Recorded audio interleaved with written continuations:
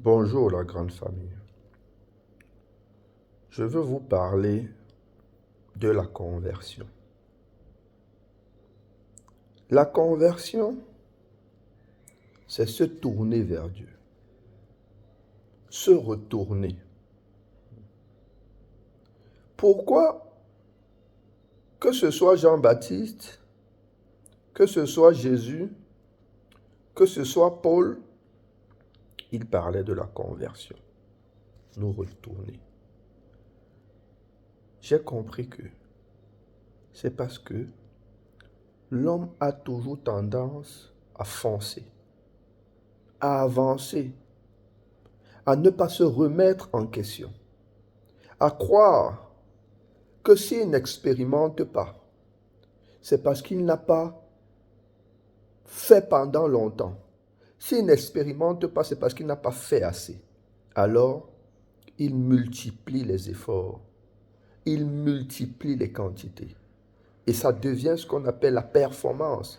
Il performe, il force pour ouvrir les portes, casser les portes.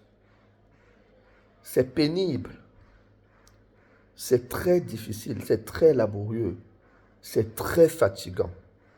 Alors que le Seigneur nous dit, retournez-vous, retournez-vous, recommencez, revenez. Ce n'est pas une histoire de quantité, c'est une histoire de qualité. Jésus, c'est le Fils de Dieu, du type de Dieu, de la qualité de Dieu.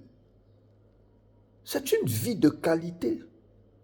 Ce n'est pas une vie d'effort. On a privilégié la quantité à la qualité.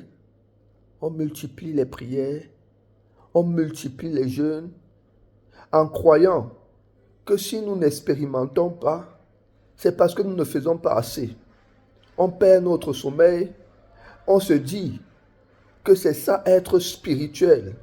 Nous sommes à la dérive, il n'y a pas de transformation, le monde va toujours dans le chaos et nous sommes fils de Dieu. Il est écrit, le monde attend avec un ardent désir la manifestation, la révélation des fils de Dieu.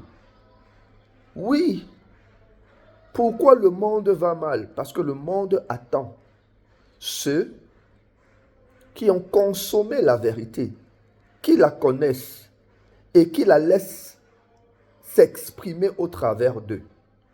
Ce n'est pas une question de quantité, ça va t'épuiser. Ce n'est pas que tu n'aimes pas Dieu, mais seulement il faut se retourner.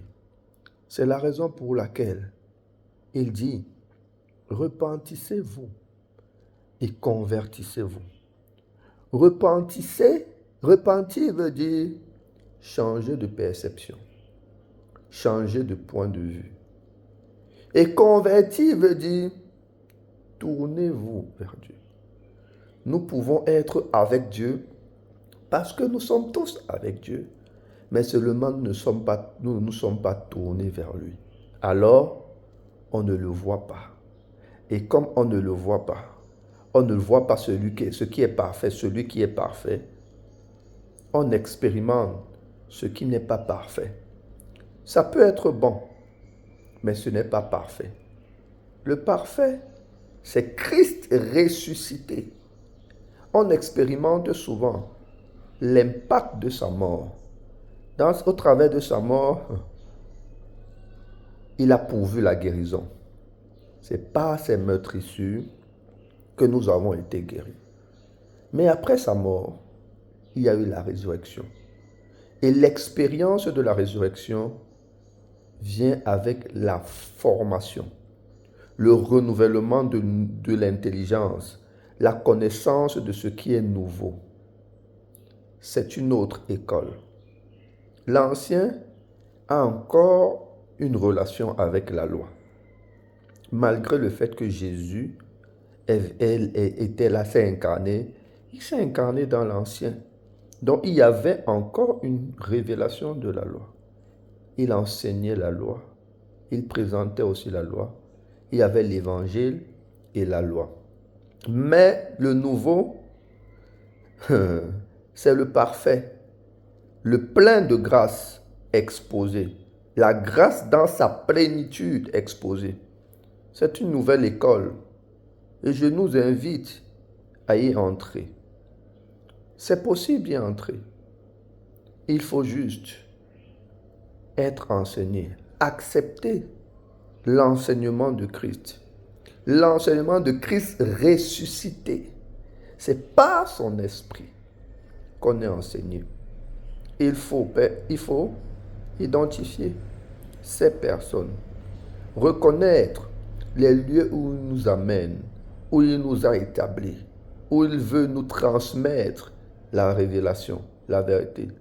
Et ne restons pas attachés à ce qui est ancien. Il est écrit que celui qui veut venir après moi renonce à lui-même, renonce à ce qui est ancien, porte sa croix et me suive. Ça commence par un renoncement. On n'expérimente pas le parfait si on n'a pas renoncé à ce qui n'est pas parfait. Ce qui est bon n'est pas parfait. Ce qui est agréable n'est pas parfait. Le parfait, c'est ce que Christ a fait de toi. Ce que Christ a fait pour toi.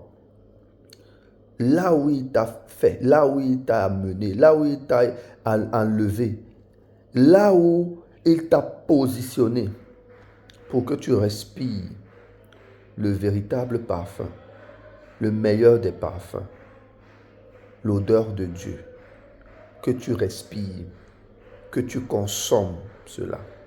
C'est pour toi. Il t'a déjà positionné au bon endroit. Tu n'es plus en Éden.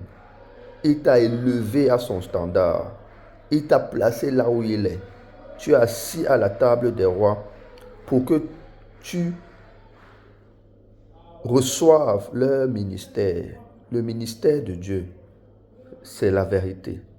Et que c'est ce que tu établis sur la terre et que tu expérimentes l'épanouissement et que ceux qui sont autour de toi en bénéficient. Tu es béni.